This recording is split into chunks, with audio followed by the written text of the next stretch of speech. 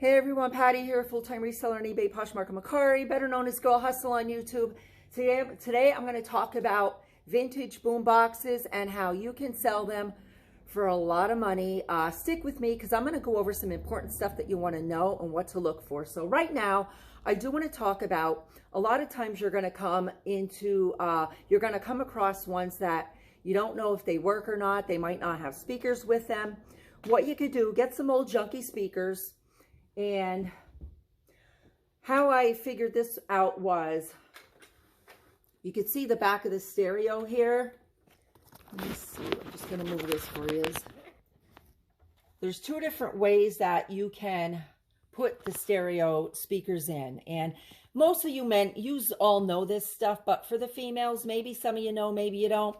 I'm just going to share this with you because I know we all like to make some money too. And anyway, so there's two different ways that you can attach the speakers to see if your stereos work that don't have speakers. And that is, you can either put the speakers in right here, or you could put them in down here. When I put the speaker in up here, which I had, this was the end of it.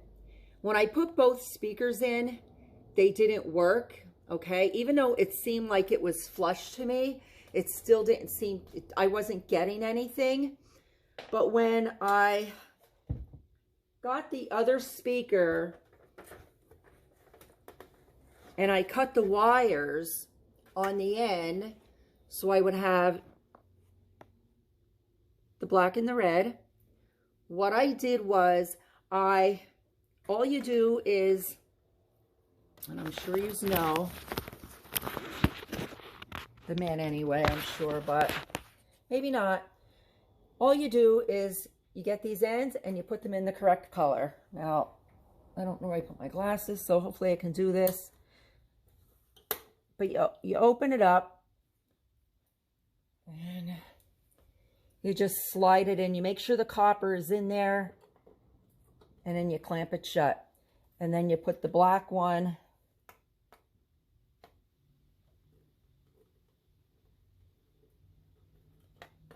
sorry, it's taking me like this. One of the pieces of copper is coming off.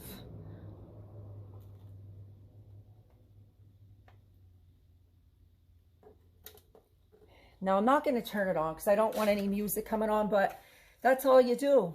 And this will come on, and that's just another way. If the speakers don't work, when you have them together, you can cut the wire and it all went on and worked. So stick with me. I'm going to talk about the good stuff. I'm so sorry. I haven't put up any videos lately. I get migraines really bad, and when I get them, it's like, oh my God, like, oh, I just can't do anything. They literally take me down. But I wanted to make a post or a comment somehow and let you guys know that I am still around. I am still making videos. I just don't know how. So that's why I'm so late making one. And I have everything right now, but I just didn't get around to doing it. I just wasn't up to it. I didn't feel good, but I'm back, and I want to share with you a little bit of what I know about selling vintage boom boxes. And I'm telling you what, if you're not into selling vintage radios, boom boxes, alarm clocks, you are missing out. And they don't have to be in working order, okay? So stick with me, and I'm going to tell you some of the best brands to look for, how to do your titles, a whole bunch of stuff. So the video's not going to be long.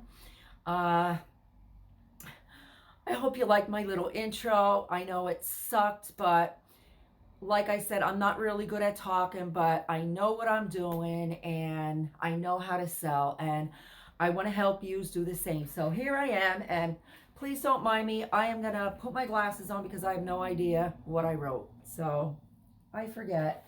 All right, so vintage boom boxes are good money, okay? Some go for hundreds and some go for thousands.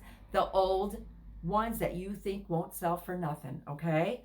I'm going to get right into this for you. And first, I do want to say thank you so much for being here. If you're new here, I see I've been getting a couple new ones here and there. Thank you. I truly appreciate it. YouTube is so much harder than I thought, but it could be my content. I don't know, but I love what I do and I'm going to keep on making them. So hopefully you get some value out of it. And all right, so I'm going to get into this. So the ones you want to look for are the big ones, okay? The big ones, and they don't have to be real big, but they're the good ones, okay? Big ones from the 80s, even alarm LED clocks that I had no clue. I know they sell, but until I start looking at them, some of them more, not even the recent, but the 90s and the ones that we just think, oh, just throw them away or put them away in a closet, get them out and list them. All right, so back to boomboxes. The ones that you want to look for are the ones that are most profitable are the ones that they have the dual deck cassette players. So you'll see the one side and then the other. I think one side you can record onto the other. I'm not exactly sure, but I know there's two. It's a double deck cassette player.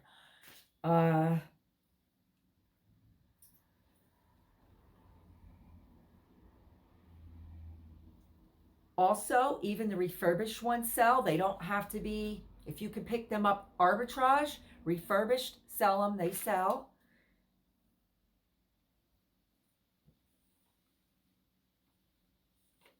All right, so number one, you want to get the big ones, okay? The ones that they used to carry on their shoulder or carry around with them. The ones that, even the ones that are made regularly in China and USA are worth money, okay? But the ones that are worth more money tend to be made in Japan, okay? But the other ones can go for hundreds and thousands too. I do want to clarify that.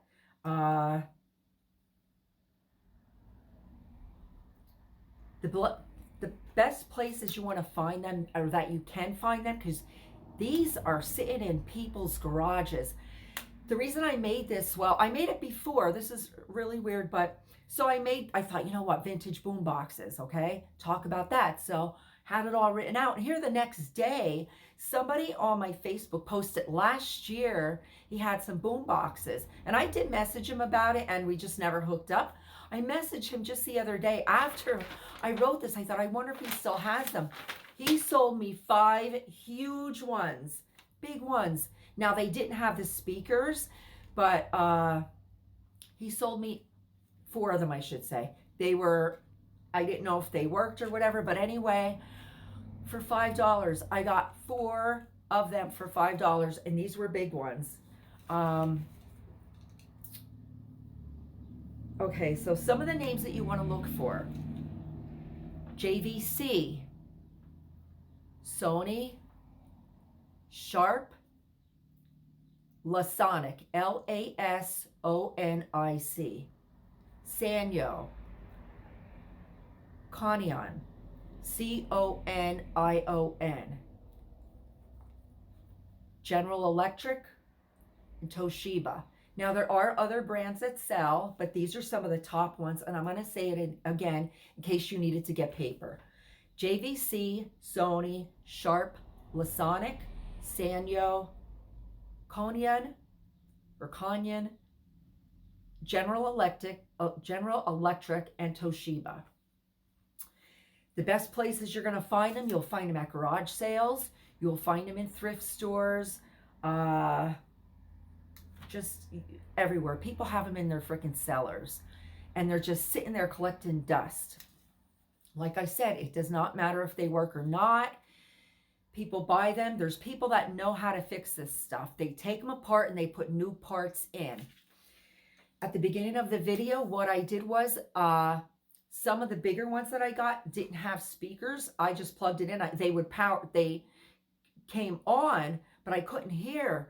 So I had to get some speakers and hook them up to find out if they worked. What worked on them and what didn't.